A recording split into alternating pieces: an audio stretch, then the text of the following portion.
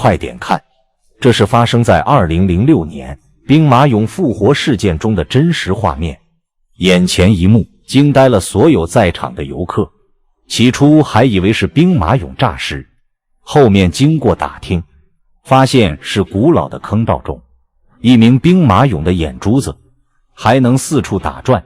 這讓在場的遊客頓時嚇出一身冷汗。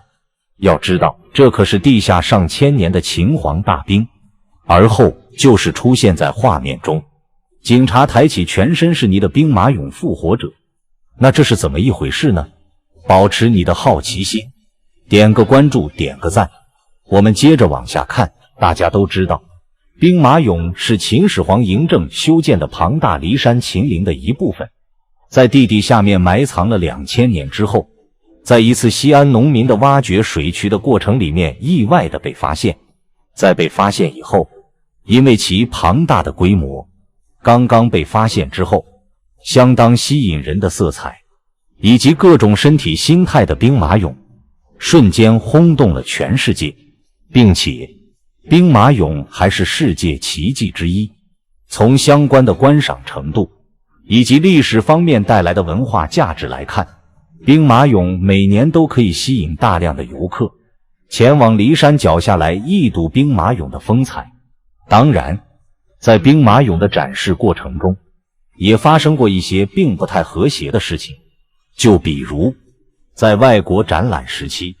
兵馬俑因為操作不當，發生過摔碎。那麼，在2006年，一位德國小伙子穿着自己制作的衣服，騙過保安來到兵馬俑所在的坑道，進行了一場別樣的 cosplay。那麼，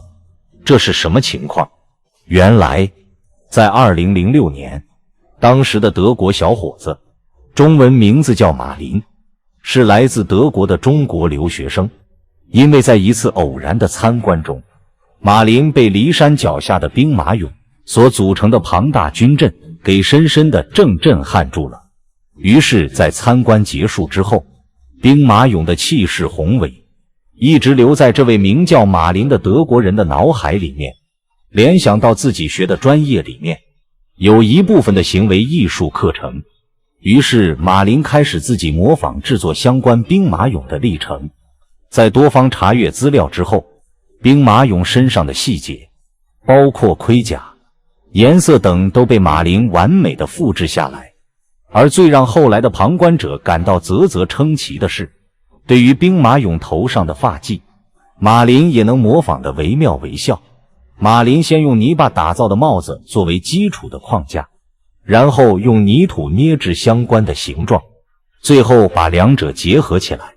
甚至於細節之處，比如盔甲上面的炮釘，以及兵馬俑腳底下的踏板，如果不是近距離仔仔細細的觀察對比，一般人在第一眼觀看的過程之中，絲毫不能看出兩者有什麼不一樣情況的存在。甚至在模仿的過程中，這位馬林還把自己的臉塗滿泥巴，完美的複製。但是讓人感到不可思議的是，在兵馬俑的坑道上下，每天參觀的遊客都人來人往，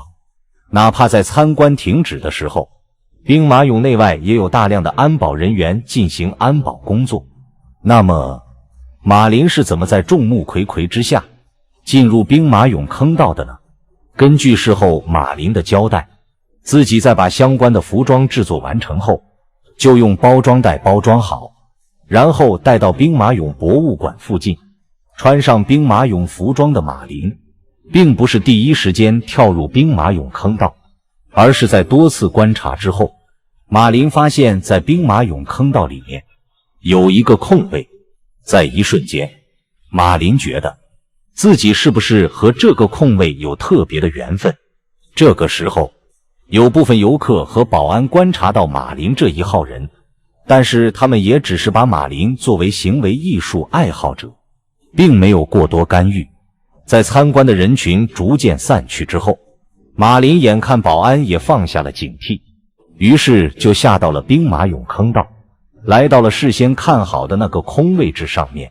一時間，參觀的人沒注意到這具兵馬俑是馬林扮演的，隨着遊客再次聚集起來參觀，其中有個老大爺在拍照的過程中，發現有個兵馬俑在動，懷疑自己看錯的老大爺，立馬問旁邊的女兒，是不是有兵馬俑在動？面對如此荒謬的問題，老大爺的女兒一時間哈哈大笑，但是在仔細觀察後，這位女士的確發現有個兵馬俑在動，於是這位女士被嚇到之後，立馬發出尖叫。在尖叫後，周圍的人群立馬詢問發生了什麼事情。在這位女士的指點中，相關的安保人員來到了馬林旁邊。不得不說，馬林的兵馬俑制作的確到位。一開始一位保安還沒認出來，在眾人的指點之後，馬林終於被發現，並且被合力抬出了兵馬俑的俑坑。在遇到這種情況之後，博物館方面也立馬報警。在警察趕到之後，一時之間也有點吃驚，於是警察也勸說馬林趕緊出來，但是馬林卻沉醉在自己的世界裡面，對於警察无視。在這種情況下，眾人只能把馬林給抬出來，在之後就被送到了派出所。在派出所，有相關的記者採訪馬林，為什麼有這種行為？馬林對記者表示，自己在第一眼看見兵馬俑之後，就被深深的迷上了。回到家之後，魂牽夢繞之下制作了一系列的衣服，最後跳入了坑道。雖然馬林的行為違反了相關的規定，但是馬林也並沒有遭到處罰。究其根本原因，是首先馬林是個德國人，